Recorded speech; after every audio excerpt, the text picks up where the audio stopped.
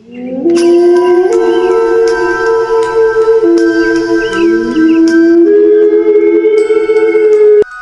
hari setelah azan subuh berkumandang, suara roda gerobak kayu milik Pak Sarmo sudah terdengar menyusuri jalanan kampung Karangmangu.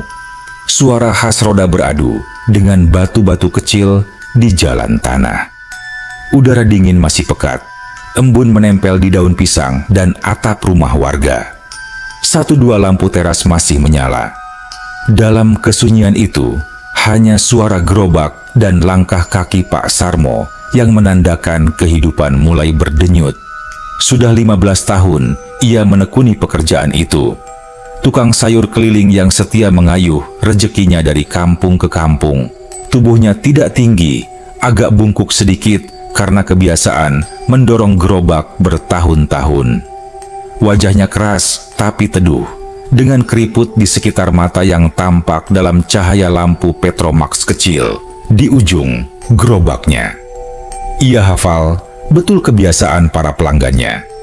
Bu Sri yang selalu beli kangkung dan tahu, Bu Narti yang suka daun singkong muda, sampai Pak RT yang tiap Rabu pesan bumbu dapur buat istrinya.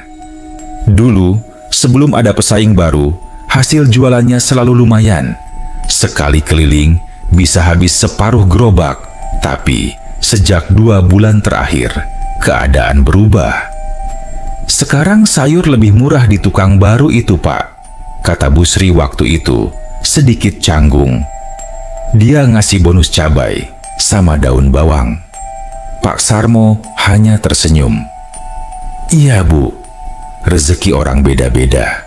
Mungkin nasib saya memang harus lebih sabar. Pesaing yang dimaksud Bu Sri itu bernama Tony, tukang sayur muda dari kampung sebelah. Gerobaknya lebih baru, warnanya cerah, dan ia suka promosi di media sosial. Bahkan beberapa kali Tony membawa mobil pick-up kecil kalau ada pesanan banyak. Sejak itu, pelanggan Pak Sarmo satu persatu berkurang. Kadang dari subuh sampai jam 8, hanya terjual 2 atau 3 ikat sayur.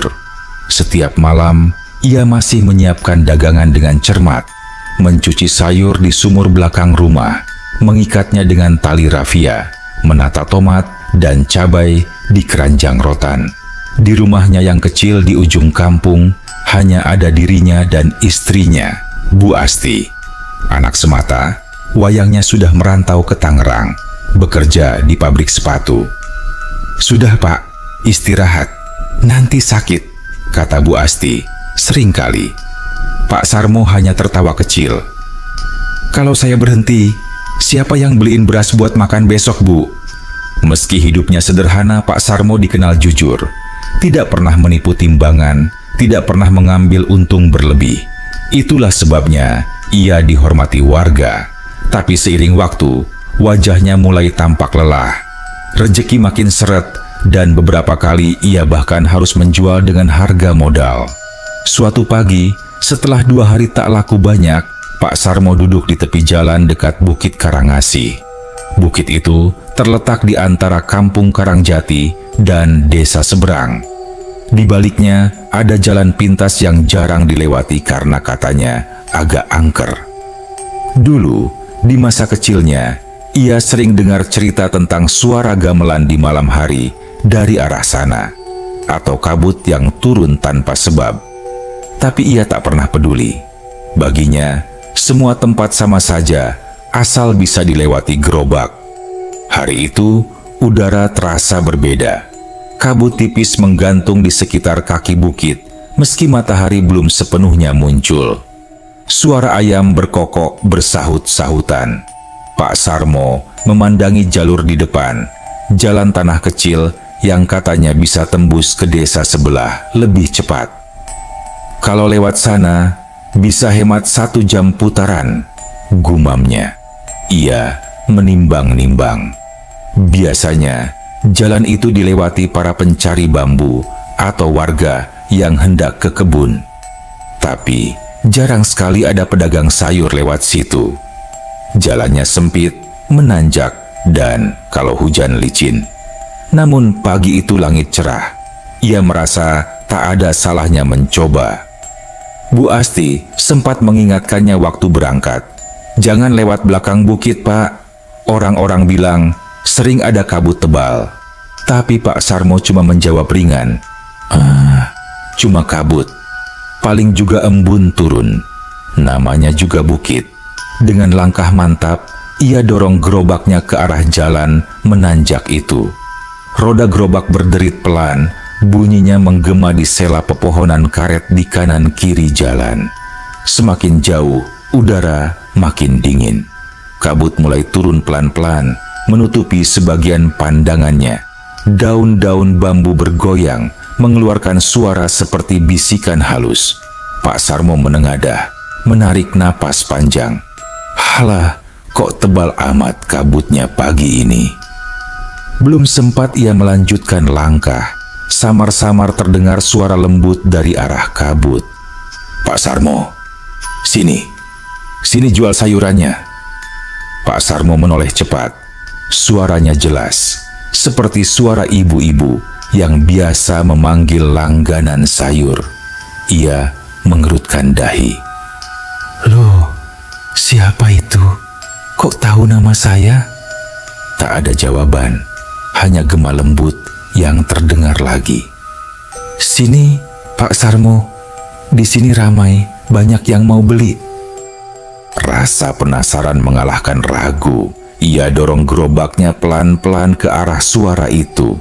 Kabut makin tebal, tapi anehnya jalan di depannya tampak bersih sekali, seolah baru disapu. Tak ada lumpur, tak ada batu, dan di kejauhan terlihat deretan rumah-rumah kecil dengan pagar bambu rapi. Asap tipis mengepul dari dapur, terdengar suara anak kecil tertawa. Wah, kampung apa ini ya? Kok saya belum pernah lewat sini? Gumamnya. Begitu masuk, beberapa ibu-ibu keluar dari rumah. Wajah mereka ramah, mengenakan kebaya sederhana. Loh, Pak Sayur, pas banget. Kami belum sempat ke pasar. Seru salah satu. Tanpa berpikir panjang, Pak Sarmo mulai menata sayurannya di tepi jalan. Dalam waktu singkat, ibu-ibu itu mengerumuninya. Mereka membeli dengan sopan, menawar dengan harga wajar. Bahkan, beberapa memberi uang lebih tanpa ia minta. Uang yang mereka berikan tampak baru sekali, masih kaku dan berbau tinta seperti baru keluar dari bank. Pak Sarmo tersenyum lebar. Wah, rezeki saya hari ini kayaknya bagus. Seorang ibu yang paling tua sempat berkata, sering-sering lewat sini ya Pak. Kami senang beli sayur dari Bapak. Setelah selesai, Pak Sarmo pamit dan berbalik arah. Tapi aneh, begitu keluar dari kampung itu, kabut perlahan menipis dan ia kembali berada di jalan setapak biasa di belakang Bukit Karangasih. Ia menatap ke belakang. Kampung tadi seakan tertelan kabut. Ia sempat mencari tanda, tapi tak melihat satupun rumah di kejauhan. Mungkin tadi lewat jalur baru, pikirnya. Besok aku coba lewat situ lagi. Sambil mendorong gerobak menuruni bukit, wajahnya tak bisa berhenti tersenyum. Dagangannya hampir habis dan dompetnya terasa tebal. Ia tak tahu bahwa pagi itu adalah awal dari sesuatu yang tak pernah bisa ia jelaskan dengan logika. Keesokan harinya, langit masih kelabu saat Pak Sarmo bangun. Ayam jago belum berkokok, tapi ia sudah menyalakan lampu Petromax dan menyiapkan sayuran di dapur kecil rumahnya. Bu Asti menguap di dapur sambil menanak nasi. Masih pagi banget Pak, katanya. Kemarin kan udah laku banyak, istirahat aja sehari. Pak Sarmo tersenyum sambil mengikat daun kangkung. Justru karena laku Bu, saya mau jual lagi. Siapa tahu rezekinya berlanjut. Kemarin itu luar biasa. Kampung di belakang bukit itu, warganya baik-baik dan beli banyak sekali. Uangnya juga bagus, baru semua. Bu Asti berhenti menanak nasi, menatap suaminya. Kampung di belakang bukit? Emang ada kampung di sana? Setahuku cuman kebun karet sama rumpun bambu. Pak Sarmo mengangkat bahu. Mungkin kampung baru. Jalannya bersih, rumahnya bagus. Ibu-ibu di sana sopan semua. Saya sampai heran sendiri. Bu Asti mengangguk ragu, tapi tak menanyakan lebih jauh. Ia sudah tahu suaminya tak mudah digertak cerita aneh. Setelah sarapan singkat, Pak Sarmo berangkat. Kali ini langkahnya lebih ringan. Ia bahkan bersiul kecil sambil mendorong gerobak menembus udara dingin subuh. Jalan menuju Bukit Karangasih masih sepi. Beberapa burung pagi berterbangan rendah di antara pohon jati. Saat mulai menanjak, kabut perlahan turun lagi. Seperti kemarin. Tapi anehnya, jalannya terasa persis sama. Bersih, tanpa lumpur. Padahal semalam sempat turun gerimis. Wah, bener juga. Ini pasti jalan ke kampung itu, gumamnya. Dan benar saja. Tak lama kemudian, samar-samar terdengar suara ibu-ibu. Pak Sarmo, sudah datang lagi ya? Ia tersenyum lega. Kabut menipis dan di baliknya muncul pemandangan yang sama seperti kemarin. Deretan rumah kayu berjajar rapi, pagar bambu, halaman bersih dengan pot bunga di setiap sudut. Anak-anak kecil berlari membawa bola plastik, tertawa. Bau masakan pagi tercium dari dapur-dapur rumah.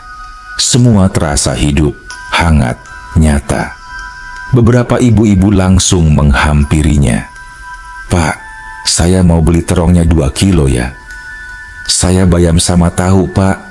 Jangan lupa daun bawang juga. Sayurnya segar banget, Pak. Enak sekali. Pak Sarmo tersenyum, sibuk melayani mereka satu persatu. Tapi hari ini ada hal yang membuatnya sedikit bingung. Mereka seperti tahu persis sayur apa yang dibawanya, bahkan sebelum ia buka gerobaknya. Seorang ibu berambut sanggul berkata lembut, Pak Sarmo bawa daun katuk kan? Saya mau 2 ikat. Padahal daun katuk itu baru tadi subuh ia ambil dari kebunnya dan belum pernah ia jual ke tempat lain. Loh, ibu tahu dari mana saya bawa katuk? Tanyanya pelan. Si ibu tertawa kecil. Kami tahu kok, Pak. Kami tungguin dari tadi. Hari itu jualannya kembali laris. Semua habis sebelum jam 7 pagi. Saat hendak pamit, seorang nenek berpakaian kebaya abu-abu menghampirinya. Wajahnya keriput, tapi matanya bening, penuh senyum. Terima kasih ya Nak Sarmo. Besok datang lagi. Kami senang sekali beli sayur dari orang jujur. Pak Sarmo menunduk hormat. Iya, Nek. Besok saya datang lagi. Begitu ia keluar dari batas kampung itu, kabut pelan-pelan menipis seperti membuka tirai. Ia menoleh ke belakang, tapi lagi-lagi yang tampak hanya pepohonan bambu.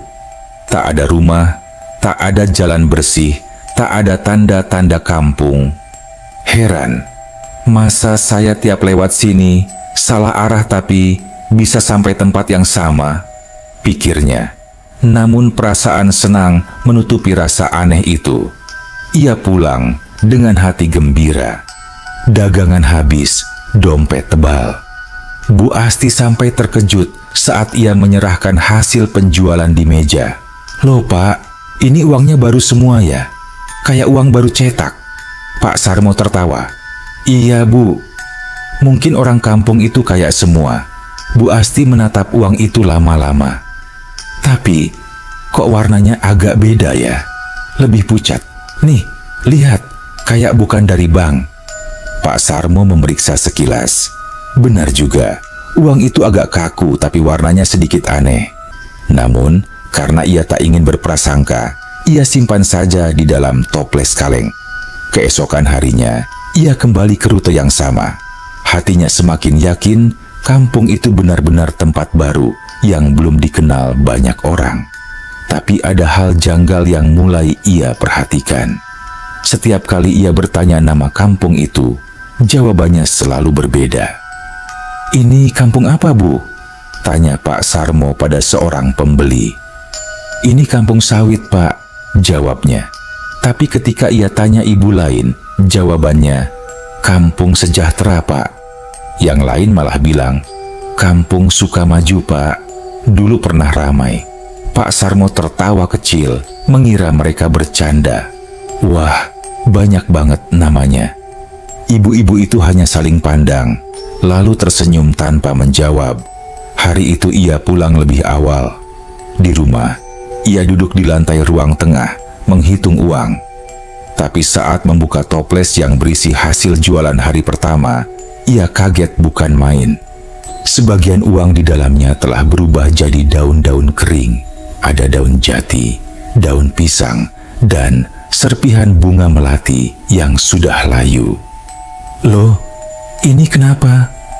Ia memegang selembar daun jati yang ukurannya sama persis seperti uang 50.000. Bu Asti yang melihat ikut panik. "Pak, itu uang yang kemarin kan? Kok bisa jadi begini?" Mereka berdua saling pandang. Tapi yang lebih membuat bulu kuduk mereka merinding adalah kenyataan bahwa uang yang sudah ia pakai untuk belanja di warung tetangga masih diterima normal. Tidak berubah sama sekali. Bu Asti menelan ludah. "Pak, apa jangan-jangan tempat Bapak jualan itu bukan kampung biasa?" Pak Sarmo termenung. "Entahlah, Bu.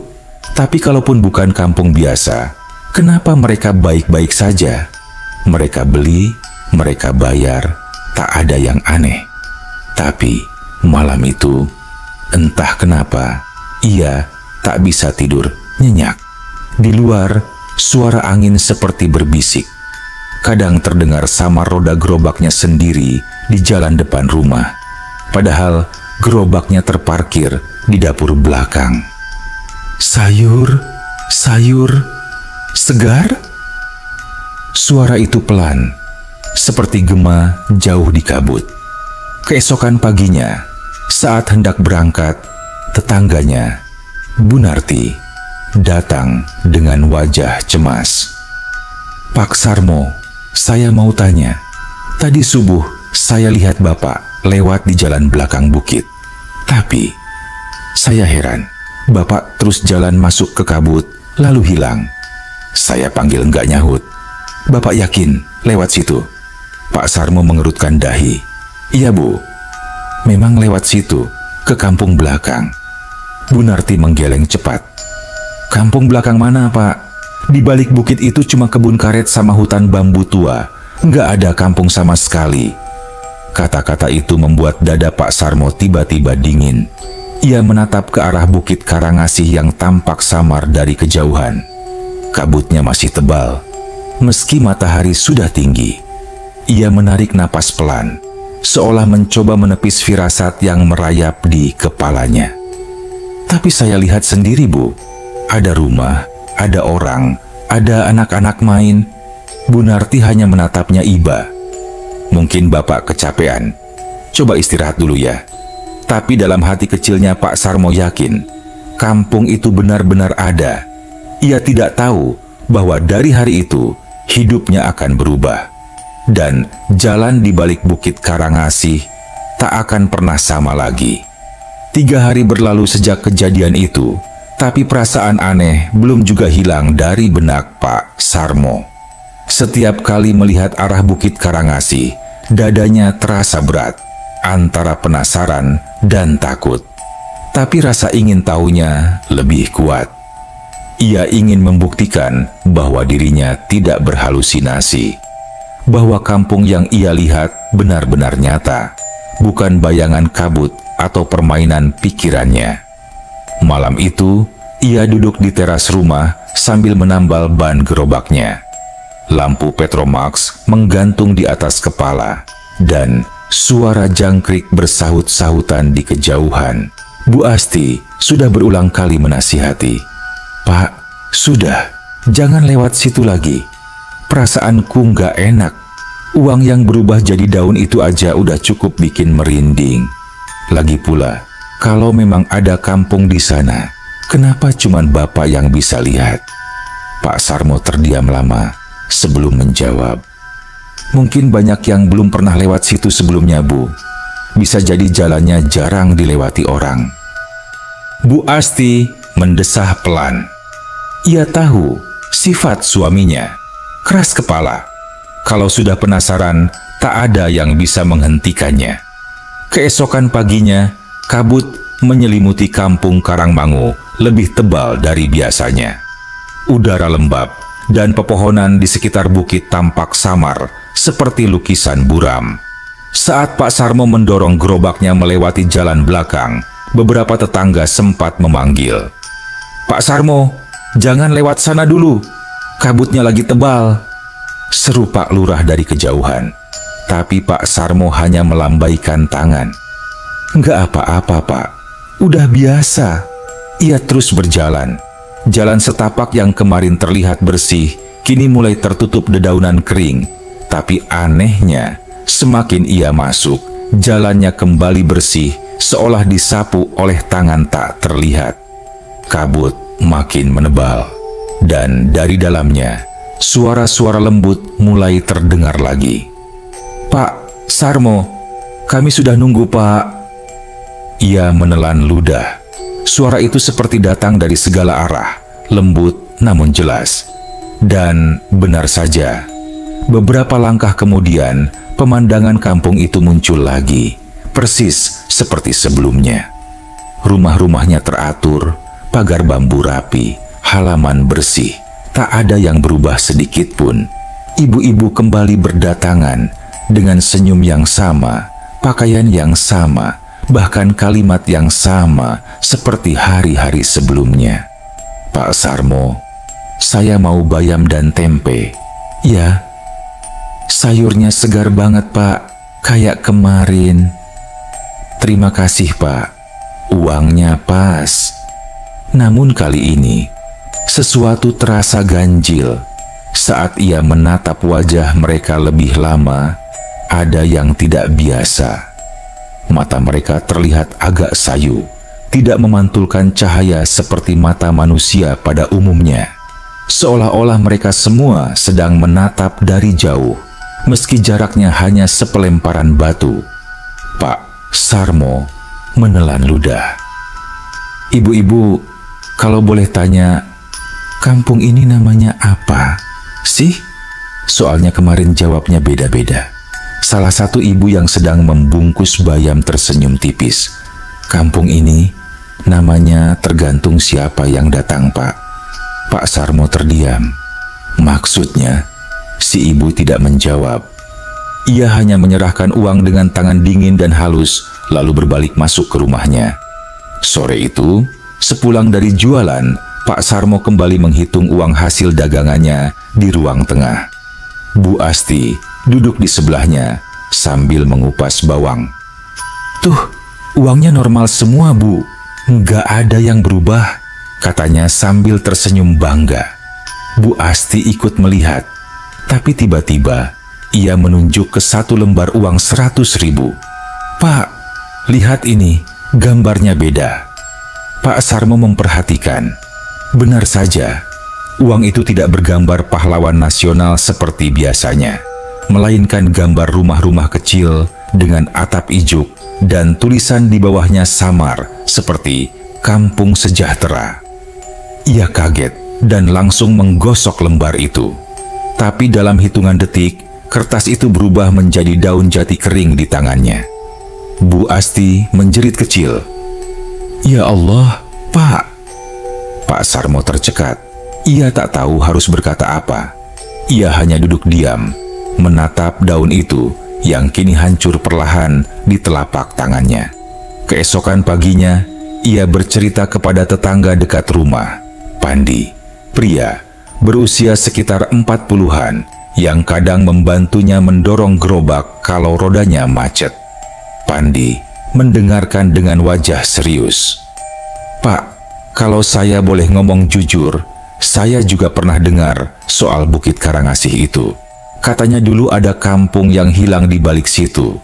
Orang-orang nyebutnya Kampung Tenggelam. Tapi saya pikir cuma cerita orang tua dulu." Pak Sarmo menatapnya. "Kampung Tenggelam?" "Iya," jawab Pandi pelan. "Dulu, sekitar tahun 70-an, Katanya ada kampung yang tiba-tiba lenyap. Orang-orangnya hilang, rumah-rumahnya juga. Nggak ada bekas sama sekali. Tapi ada yang bilang, kalau waktu subuh kabutnya turun, kampung itu suka kelihatan lagi. Pak Sarmo terdiam. Wajahnya memucat. Jadi, yang saya datangi itu... Pandi menatapnya lama, lalu berkata, "Kalau Bapak mau buktiin, biar besok saya ikut. Biar saya lihat sendiri kampung itu ada atau enggak." Pak Sarmo mengangguk. "Ya sudah, besok pagi-pagi kita jalan bareng." Malam itu, angin bertiup lebih kencang dari biasanya. Bambu di belakang rumah bergesekan, menimbulkan suara lirih seperti orang bersenandung. Bu Asti tidak bisa tidur. Ia beberapa kali mendengar suara roda gerobak di kejauhan, padahal gerobak Pak Sarmo sudah dikunci di dapur. Suara itu makin lama makin dekat, disusul bisikan lembut yang membuat darahnya berdesir. Sayur, sayur yang segar. Ia menutup telinganya rapat-rapat dan berdoa dalam hati. Saat menoleh ke jendela, terlihat bayangan samar seseorang berjalan di jalan depan rumah, mendorong gerobak, padahal Pak Sarmo masih tertidur di sampingnya. Pagi-pagi sekali, Pandi datang dengan sarung menutupi bahunya. "Ayo Pak, kita buktikan bareng-bareng." Mereka berdua mendorong gerobak menuju Bukit Karangasih. Udara masih dingin, kabut mulai turun. Semakin mereka mendaki, suasana makin hening. Hanya suara langkah dan roda yang terdengar. Begitu sampai di tengah jalan, kabut tiba-tiba menebal luar biasa. Dunia seakan berubah. Pandangan hanya sejauh 2 meter. Dan di tengah kabut itu, terdengar suara ibu-ibu yang sama.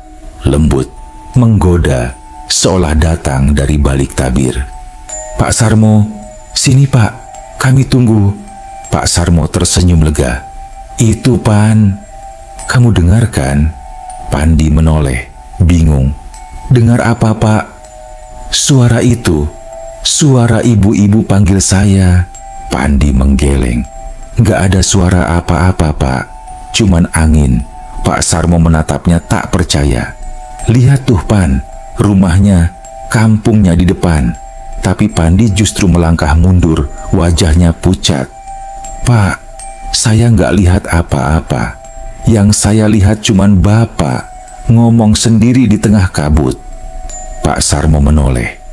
Ia melihat jelas rumah-rumah itu, orang-orang melambai, anak-anak berlari di jalan bersih. Tapi Pandi hanya melihat pohon bambu dan kebun karet yang gelap. "Pak, ayo balik aja. Ini nggak beres," kata Pandi gemetar.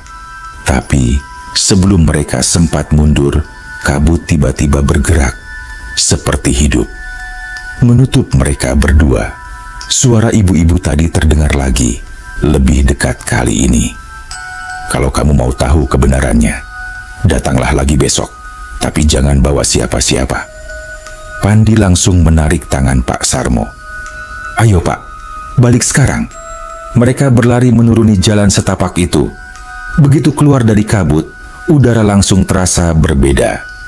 Lebih hangat, lebih ringan. Nafas mereka tersengal. Pak Sarmo memandang ke belakang. Kabut di Bukit Karangasih bergulung pelan, lalu hilang. Pandi masih gemetar. "Pak, tadi saya lihat Bapak kayak ngomong sama orang. Padahal nggak ada siapa-siapa. Saya takut Pak." Pak Sarmo hanya diam, memandangi tangannya yang masih bergetar. Di telapak tangannya, ia menggenggam sesuatu tanpa sadar. Selembar uang baru berwarna pucat, dengan tulisan samar di pojoknya. "Untuk yang terpilih." Setelah kejadian pagi itu, Pandi tak bisa tidur semalaman. Di telinganya masih terngiang suara ibu-ibu yang samar, dan bayangan Pak Sarmo yang berdiri sendirian di tengah kabut sambil bicara sendiri. Ia tahu apa yang dilihatnya bukan hal biasa. Tapi ia juga tak ingin buru-buru percaya bahwa sahabatnya berurusan dengan dunia lain. Menjelang subuh, ia akhirnya memutuskan untuk menemui Mbah Karmin, dukun tua yang tinggal di ujung kampung. Orang-orang bilang Mbah Karmin bukan sembarang orang pintar. Ia dulu modin desa sebelum pensiun, lalu memilih hidup menyendiri di rumah panggung dekat sawah. Banyak warga datang padanya untuk minta air doa, penangkal santet, atau sekadar nasihat. Pandi datang dengan langkah ragu, membawa bungkusan kopi dan rokok. Dari dalam rumah terdengar suara batuk tua dan langkah sandal jepit. "Loh, Pan, pagi-pagi kok udah kemari? Ada apa?" Suara serak Mbah Karmin terdengar dari balik tirai. Pandi menunduk hormat. "Mbah, saya mau cerita soal Pak Sarmo." Begitu nama itu disebut, Mbah Karmin berhenti sejenak, lalu membuka tirai bambu. "Sarmo tukang sayur itu?" "Iya, Mbah." "Kenapa dengannya?" Pandi lalu menceritakan semuanya. Dari awal Pak Sarmo menemukan kampung aneh di balik Bukit Karangasih. Uang yang berubah jadi daun, sampai kejadian kemarin ketika ia sendiri ikut ke sana dan melihat hal yang tak bisa dijelaskan. Mbah Karmin mendengarkan tanpa memotong, hanya mengangguk pelan, sesekali mengelus janggut putihnya yang lebat. Setelah Pandi selesai, beliau menatapnya lama-lama, matanya tajam seperti membaca isi hati. "Kalau yang kamu ceritakan benar," katanya pelan, "maka kampung yang dimasuki Sarmo itu bukan kampung biasa. Itu kampung yang dulu hilang." Pandi menelan ludah. "Maksudnya, yang tahun 72 itu, Mbah?" Mbah Karmin mengangguk pelan. "Iya, orang-orang dulu nyebutnya Kampung Karangsembung. Warganya banyak, tanahnya subur. Tapi pada tahun 1972, kampung itu lenyap dalam semalam. Ada yang bilang karena tanah longsor, ada yang bilang karena dosa kepala desanya yang serakah. Tapi sampai sekarang, nggak pernah ditemukan puing atau jasad siapapun dari sana." Ia berhenti sejenak, menatap keluar jendela, ke arah bukit yang diselimuti kabut tebal. Konon, kampung itu tenggelam ke alam sebelah. Dunia yang mirip dunia kita, tapi tak tersentuh waktu. Kadang muncul kalau ada orang yang hatinya bersih, tapi sedang dalam kesulitan. Dan kalau benar Sarmo bisa masuk ke sana, berarti dia dipilih. "Dipilih?" Pandi mengulang lirih. "Untuk apa, Mbah?" Mbah Karmin menatapnya dalam. "Itu yang harus kamu cari tahu. Tapi hati-hati, alam sebelah itu bukan tempat manusia biasa. Sekali salah langkah, kamu bisa ikut terseret ke sana." Sore harinya, Mbah Karmin datang ke rumah Pak Sarmo. Ia disambut Bu Asti yang wajahnya tampak lelah. "Alhamdulillah, Mbah mau datang," katanya dengan nada lega. "Saya udah nggak tenang, Mbah. Suamiku tiap pagi ke bukit itu terus, padahal saya udah larang." Pak Sarmo keluar dari dapur, masih mengenakan sarung dan kaos oblong. Begitu melihat Mbah Karmin, ia langsung menunduk sopan. "Wah, Mbah, saya nggak nyangka jenengan datang." Mbah Karmin duduk di kursi kayu tua dekat pintu. "Sampeyan ini keras kepalamu. Orang lain udah banyak yang ngelihat hal aneh di bukit itu. Kenapa malah terus ke sana?" Pak Sarmo menghela napas. "Saya cuman pengen buktiin, Mbah. Kampung itu nyata. Orang-orangnya juga nyata. Mereka beli sayur saya, bayar dengan uang. Saya nggak ganggu siapa-siapa. Justru itu yang bahaya," jawab Mbah Karmin pelan. "Kalau kamu sudah diterima di sana, berarti mereka anggap kamu bagian dari mereka. Sekali kamu melanggar, bisa-bisa kamu nggak bisa pulang lagi." Bu Asti menatap suaminya dengan mata cemas. Dengar itu, Pak. Mbah Karmin kemudian membuka buntalan kain kecil yang ia bawa. Di dalamnya ada daun sirih, bunga kenanga, dan seutas benang merah. Ia mengikat daun sirih itu dengan benang dan menyerahkannya ke Pandi.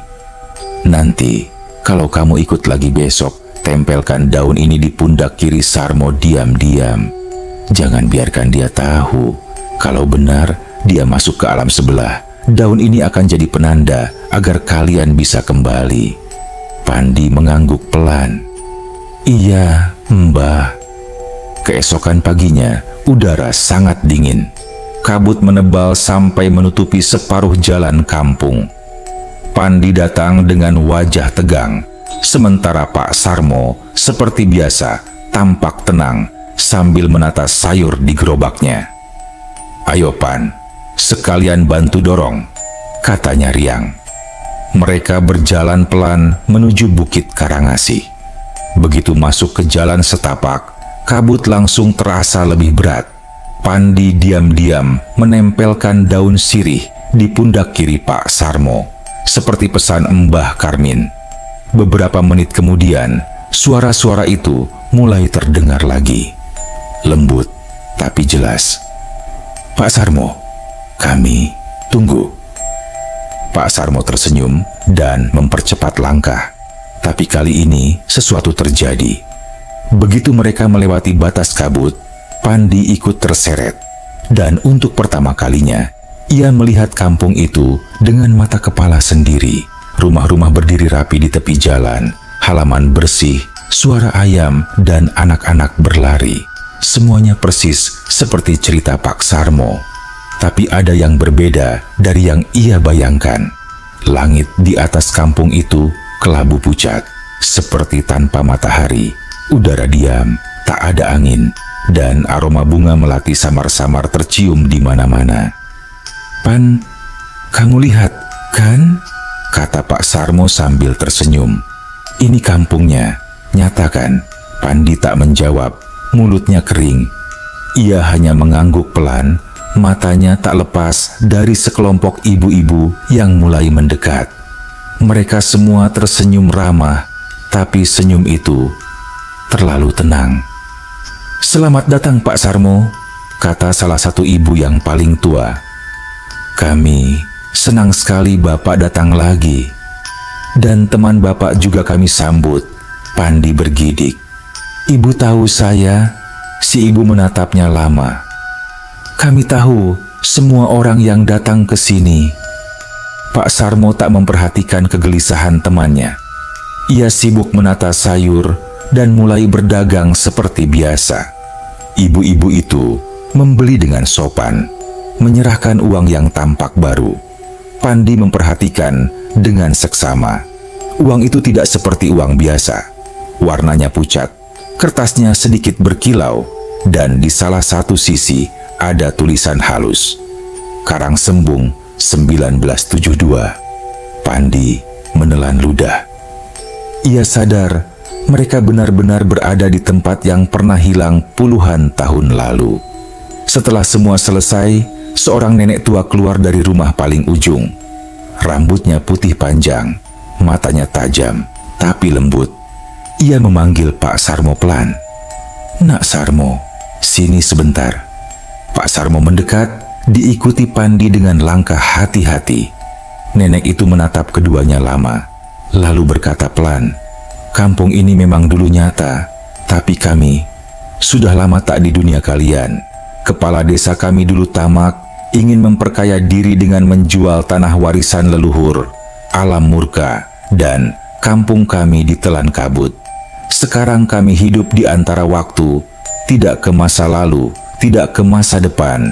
Ia menatap Pak Sarmo dengan lembut. Kau orang baik, Nak Sarmo. Itulah kenapa tempat ini membuka diri padamu.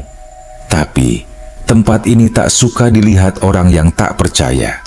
Mata nenek itu beralih ke Pandi. Kalau besok kau datang lagi, datanglah sendiri. Jangan bawa siapapun. Kalau ada yang ikut, kampung ini bisa menutup selamanya. Suara nenek itu pelan tapi mengandung sesuatu yang membuat dada Pandi bergetar. Mereka berdua pamit.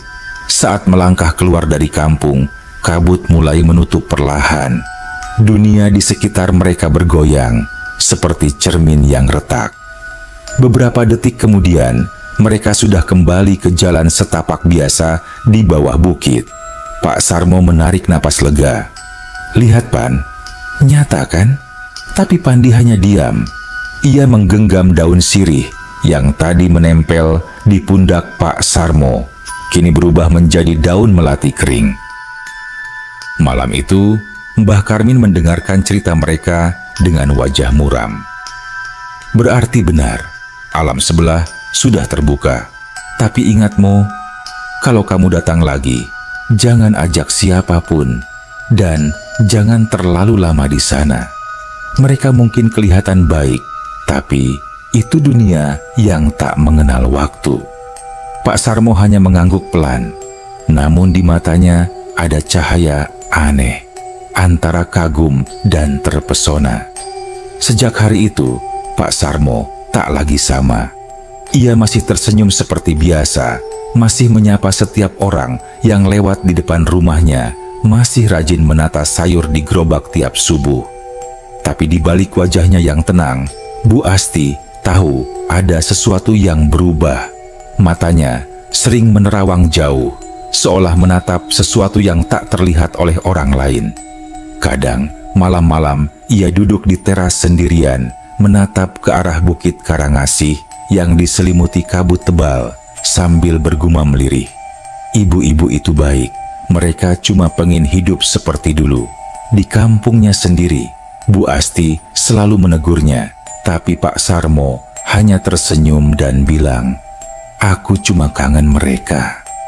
Pandi pun merasa resah. Sejak kejadian itu, ia sering mimpi aneh, berada di kampung yang sama, dengan langit kelabu dan suara ayam jantan yang tak pernah berhenti berkokok. Setiap kali terbangun, ia mencium bau melati di kamar. Suatu pagi, ia datang ke rumah Pak Sarmo, tapi gerobak sayur itu sudah tak ada. Bu Asti bilang suaminya berangkat lebih pagi dari biasanya. Katanya mau muter ke kampung seberang dulu, tapi anehnya jalannya lewat belakang bukit. Pandi langsung pucat. Ia berlari ke arah Bukit Karangasih tanpa pikir panjang. Kabut pagi itu jauh lebih pekat dari biasanya. Udara lembab dan dingin menempel di kulit. Dari kejauhan, terdengar suara roda gerobak berderit pelan di atas batu kerikil. "Pak Sarmo!" teriak Pandi, tapi tak ada jawaban. Ia terus naik ke jalan setapak yang pernah mereka lewati bersama. Dan di tengah kabut itu, samar-samar ia melihat sosok Pak Sarmo mendorong gerobaknya perlahan ke arah puncak bukit. "Pak, tunggu!" Pak Sarmo berhenti. Ia menoleh sebentar, senyumnya lembut tapi aneh. "Pan, kamu jangan ikut ya. Mereka udah nunggu." "Mereka siapa, Pak?" "Warga kampung itu." Pandi menelan ludah. "Tapi Mbah Karmin bilang jangan datang lagi. Bahaya, Pak." Pak Sarmo menatapnya lama, lalu berkata pelan, "Mereka bukan jahat, Pan. Mereka cuman pengen bisa jual beli lagi. Kayak dulu, waktu masih hidup. Mereka bilang, kalau aku mau datang satu kali lagi, mereka bakal kasih sesuatu buatku." "Kasih apa, Pak?" Pak Sarmo tak menjawab. Ia hanya tersenyum samar, lalu melangkah masuk ke kabut. Pandi berlari mengejar, tapi semakin ia berlari, semakin jauh bayangan Pak Sarmo menghilang. Kabut menutup pandangan seperti tirai putih yang rapat. Lalu tiba-tiba semuanya hening. Tak ada suara roda gerobak, tak ada langkah kaki, tak ada apapun. Hanya kabut yang berputar pelan di sekelilingnya. Pandi memanggil-manggil nama sahabatnya sampai suaranya serak, tapi yang menjawab hanyalah gema samar.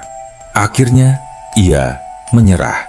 Ia pulang ke kampung dengan kaki gemetar, lalu langsung menemui Mbah Karmin. "Dia udah pergi, Mbah," katanya dengan napas terengah. "Kabutnya nutup, saya nggak bisa lihat apa-apa." Mbah Karmin hanya menunduk lama, wajahnya tenang, tapi matanya basah. "Berarti waktunya sudah datang." "Waktu apa, Mbah?" "Waktu buat mereka menjemput orang yang mereka pilih." Pandi tak paham. Tapi Mbah Karmin melanjutkan pelan. "Kampung itu nggak bisa terbuka terus, Pan. Dunia mereka harus seimbang. Kalau manusia terlalu sering masuk, batasnya bakal rusak. Dan kalau itu rusak, seseorang harus tinggal di sana selamanya supaya seimbangnya kembali." Pandi tertegun. "Jadi, Pak Sarmo..." Mbah Karmin mengangguk pelan. Dia menukar dirinya agar kampung itu tenang lagi. Sore itu, warga kampung ramai mencari Pak Sarmo. Mereka menyusuri jalan setapak ke belakang bukit, menelusuri kebun karet dan rumpun bambu yang tumbuh liar. Sampai akhirnya, seseorang berteriak, "Ini gerobaknya." Gerobak sayur Pak Sarmo ditemukan di pinggir jalan, tertutup embun dan dedaunan. Sayurannya masih segar, seolah baru dipetik pagi itu. Tapi di dalam laci uang, semua lembaran rupiah sudah berubah menjadi daun dan bunga kering. Tak ada jejak kaki, tak ada tanda pergumulan. Hanya roda gerobak yang masih sedikit berputar pelan, seolah baru saja ditinggalkan. Bu Asti menangis sejadi-jadinya. Ia menolak percaya suaminya hilang begitu saja. Tapi pencarian selama 3 hari tak membuahkan hasil. Polisi, warga, bahkan tim SAR desa ikut mencari, namun hasilnya sama. Tidak ada apapun.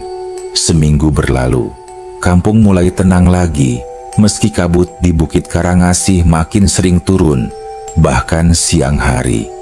Pandi sering duduk di teras rumahnya, menatap ke arah bukit sambil menunggu sesuatu yang ia sendiri tak tahu apa. Hingga suatu malam, saat hujan rintik-rintik turun, ia mendengar suara samar dari kejauhan.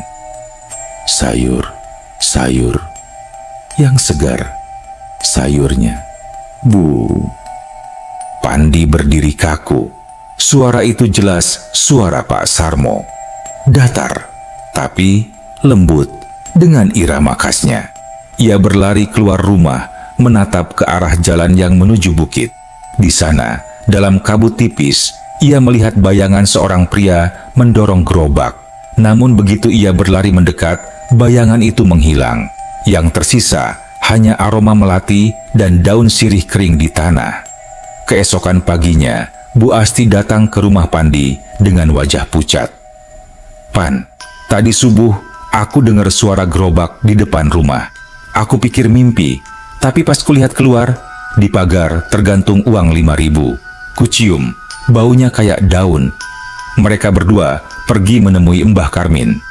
Orang tua itu hanya menatap mereka lama, lalu berkata pelan, "Dia nggak hilang. Dia cuma pindah tempat. Sekarang dia jualan di tempat yang nggak bisa kalian datangi." Mbah Karmin menatap ke arah bukit yang diselimuti kabut tebal. "Kalau kalian dengar suara gerobaknya, cukup jawab dalam hati, 'Semoga daganganmu laris, Mo.' Itu tandanya dia masih ingat kalian." Sejak saat itu, tiap subuh, beberapa warga desa mengaku mendengar suara roda gerobak melewati jalan. Ada yang bilang mendengar langkah kaki dan sapaan lirih, "Sayur, sayur segar." Tapi ketika mereka buka pintu, jalanan kosong. Hanya kabut yang perlahan menyingkir bersama sinar matahari pagi. Bu Asti akhirnya belajar menerima. Setiap pagi ia menatap ke arah hutan sambil berbisik, "Daganganmu laris ya, Pak." Dan entah mengapa, hari-hari di kampung itu terasa lebih tenang. Harga sayur di pasar tak pernah naik terlalu tinggi, dan hujan selalu datang tepat waktu untuk kebun warga. Beberapa orang bilang itu hanya kebetulan. Tapi bagi mereka yang pernah mengenal Pak Sarmo, mereka tahu itu bukan kebetulan. Itu tanda bahwa ia masih berjualan. di tempat lain untuk orang-orang yang juga pernah hilang. Sudah hampir 2 bulan sejak hilangnya Pak Sarmo. Bukit Karangasih masih sama seperti dulu. Sunyi, diselimuti kabut setiap pagi. Kadang terdengar suara burung hantu saat malam turun. Tapi bagi warga desa, terutama Bu Asti dan Pandi, bukit itu kini bukan lagi sekadar tempat yang angker. Di sanalah kenangan dan misteri bercampur jadi satu, menumbuhkan rasa yang aneh antara takut dan rindu. Setiap pagi, Bu Asti tetap membuka jendela rumah, menatap jalan setapak yang dulu dilalui suaminya dengan gerobak. Di meja kayu kecil di teras, ia selalu menaruh sesaji sederhana, segelas air putih, setangkai bunga kenanga, dan beberapa helai daun sirih. "Ini buat kamu, Pak," bisiknya lirih setiap kali menata sesaji itu. "Sayurnya udah aku ambil dari kebun belakang, masih segar. Kadang angin pagi lewat membawa aroma melati samar." Saat itulah Bu Asti tahu suaminya sedang lewat. Pandi, di sisi lain, masih sering gelisah setiap kali melewati jalan menuju bukit. Ada bagian dalam dirinya yang masih berharap bisa melihat sahabatnya lagi, walau cuma sekilas. Suatu malam, ia bermimpi lagi tentang kampung itu. Tapi kali ini, suasananya berbeda. Tidak kelabu seperti dulu. Langitnya cerah, anak-anak tertawa, dan di antara rumah-rumah yang bersih, ia melihat Pak Sarmo duduk di bangku bambu sambil menata sayur di gerobak. "Pan," suara Pak Sarmo terdengar jelas tapi lembut. "Jangan khawatir, aku baik-baik saja di sini." Pandi berusaha mendekat, tapi jarak di antara mereka terasa semakin jauh. "Pak, pulang Pak, Bu Asti nunggu." Pak Sarmo tersenyum, menatap ke arah Pandi dengan mata teduh. "Aku nggak bisa pulang, Pan. Tapi tolong bilang sama dia, aku udah di tempat yang damai. Di sini, semua orang hidup lagi seperti dulu. Kami dagang, tertawa, saling sapa. Nggak ada yang kekurangan." Lalu, sebelum Pandi sempat menjawab, suara kabut tiba-tiba datang, seperti desir angin. Dunia di sekelilingnya berputar pelan, dan dari kejauhan terdengar bunyi roda gerobak berderit di jalan batu. Ketika ia terbangun, matanya basah. Di atas meja di kamarnya tergeletak sehelai daun melati kering, sama seperti daun yang dulu menempel di pundak Pak Sarmo. Suatu sore, saat matahari condong ke barat, Pandi duduk di pos ronda bersama beberapa warga. Mereka ngobrol ringan sambil menyeruput kopi, membicarakan panen cabai yang mulai naik harga. Tiba-tiba, dari kejauhan terdengar suara roda gerobak berderit pelan. "Loh, jam segini masih ada tukang sayur?" tanya salah satu warga. Mereka semua menoleh. Dari arah ujung jalan, di antara kabut yang mulai turun, tampak sosok samar sedang mendorong gerobak. Suara khas yang dulu sering terdengar itu kembali mengisi udara sore. Sayur, sayur yang segar. Namun saat mereka beranjak mendekat, sosok itu perlahan memudar, seolah kabut menelannya. Hanya suaranya yang tersisa, bergema lembut di udara sebelum akhirnya lenyap sepenuhnya. Mbah Karmin, yang kebetulan lewat, hanya tersenyum pelan. "Itu bukan gangguan," katanya. "Itu tanda bahwa dia masih bekerja, menjaga keseimbangan antara dunia kita dan dunia mereka. Kadang, yang pergi nggak benar-benar pergi. Mereka cuma pindah tempat, tapi tetap dekat dengan yang disayangi." Beberapa hari kemudian, Bu Asti memutuskan untuk berjualan sayur kecil-kecilan di depan rumah. Gerobak lama suaminya yang ditemukan di pinggir bukit kini ia bersihkan dan cat ulang.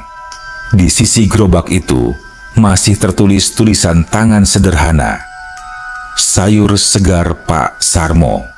Ia tidak menghapus tulisan itu. Setiap kali ia mendorong gerobak ke depan rumah, suara roda kayunya mengeluarkan bunyi yang sama seperti dulu.